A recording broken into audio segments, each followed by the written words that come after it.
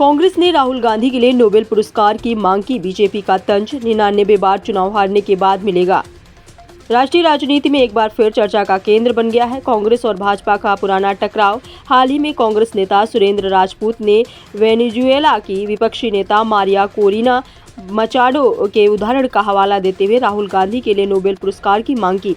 उनका कहना था कि जैसे मचाडो को लोकतंत्र की रक्षा और संघर्ष के लिए सम्मान मिला, वैसे ही राहुल गांधी को भी इस देश में लोकतंत्र की रक्षा के लिए प्रयासों के कारण सम्मान मिलना चाहिए। इस बयान से राजनीतिक गलियारों में हलचल मचा दी है और सोशल मीडिया पर भी जमकर चर्चा हुई। सुरेंद्र राजपूत ने जोर देकर कहा है कि वर्तमान राजनीतिक परिदृश्य में विपक्ष का काम लोकतंत्र को मजबूत बनाना और सरकार की गलतियों को उजागर करना है।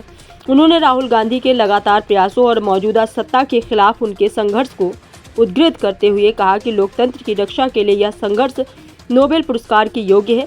कांग्रेस नेताओं का यह तर्क है कि लोकतंत्र में आलोचना और सवाल उठाने की स्वतंत्रता को सम्मानित किया जाना चाहिए और इसी कारण राहुल गांधी को वैश्विक स्तर पर पहचान मिलनी चाहिए।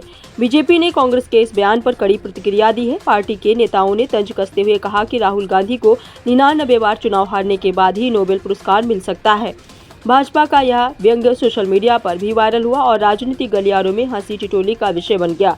भाजपा का तर्क है कि चुनावी जीत हार और जनता की नापसंदगी को नजरअंदाज कर पुरस्कार देना अनुचित होगा। इस बयान के बाद मीडिया और राजनीतिक विश्लेषक भी सक्रिय हो गए हैं। कई समाचार चैनलों और सोशल मीडिया प्लेटफॉर्म पर दोनों दलों के बयान लगातार चर्चा में हैं। कांग्रेस इसे राहुल गांधी के संघर्ष और विपक्ष के महत्व को रेखांकित करने वाला कदम बता रही है, जबकि भाजपा इसे मजाक और राजनीतिक व्यंग्य के रूप में पेश कर रही है। जनता और राजनीतिक कार्यकर्ता इस विवाद को लेकर दो ध्रुवों में बंट गए हैं। अंततः यह मामला दिखाता है कि भारतीय राजनीति में बयानबाजी और तंज मजाक का महत्व कितना बढ़ गया है। कांग्रेस और भाजपा के बीच यह तकरार आगामी चुनाव और राजनीतिक रणनीति में भी असर डाल सकती है।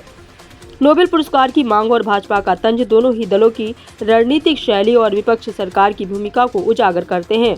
अब जनता की नज़र इस बयान पर आने वाले प्रतिक्रियाओं और राजनीतिक हलचल पर टिकी है।